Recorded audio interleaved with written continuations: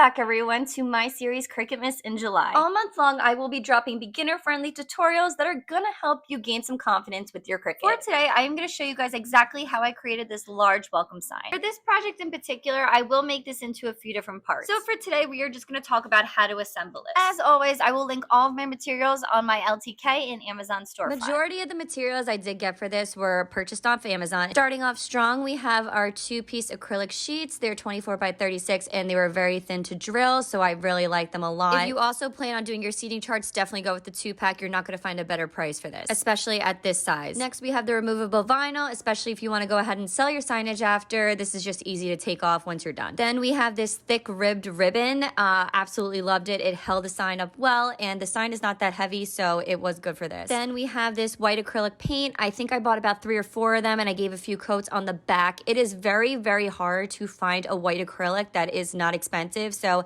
I definitely recommend just putting in the extra effort and painting the back of them. Next, we have these Cricut mats that are 12 by 24. With the larger signage, you're gonna need a larger mat, so just keep that in mind. I like the different grips on them, so that's why I have the variety pack on here. Then last but optional is the modern candles. I absolutely loved how it looked with my modern theme, so I definitely recommend putting them next to it if you are going for the same kind of look. Now let's just jump into the step-by-step. As soon as you get your signs in, I recommend the first thing you do is drill your holes. I liked doing this first because then I still had that protective sheet on top of it, and I was able to mark the hole I wanted right with the Sharpie. And if you're trying to go for the same look, I did about 2 inches from the side and 2 inches from the top. And I used a 1/4 inch drill bit. Also, make sure you're putting something underneath your board that's thick, so once you drill through the acrylic, you're not actually ruining anything. Once you're done with that, you can go ahead and remove the backing off only one side. You want to keep the other one on because when you go to paint, you want that to be protected still. Sometimes with painting onto acrylic, you'll notice that it will somehow seep onto the back, so we just want to avoid that completely. Then go ahead and set yourself up with some space to paint. I recommend putting something down, just easier cleanup that way. If you are doing 2 signs as well, just get it all done in one shot and paint them both at the same time. Now, I didn't mention this in the beginning, but I did use one of the roller brushes. If you don't have one, I do recommend using it because it saved me a buttload of time instead of using one of those little tiny foam brushes. Side note, if you do get this paint, is to do it in little sections because this is a quick drying paint. I am a very impatient person and I like things to move along quicker, so I did go with the quick dry. This will take about 2 to 3 coats. I think I gave it 3, to be honest. I just used it until I ran out of paint. Another thing I purchased that I forgot to note in the beginning were the clothes racks, which I used as stands. For $9.99, they were an absolute steal. They do not look like clothes racks when you have the sign hanging from them, so I definitely recommend doing it, and it was a very easy setup.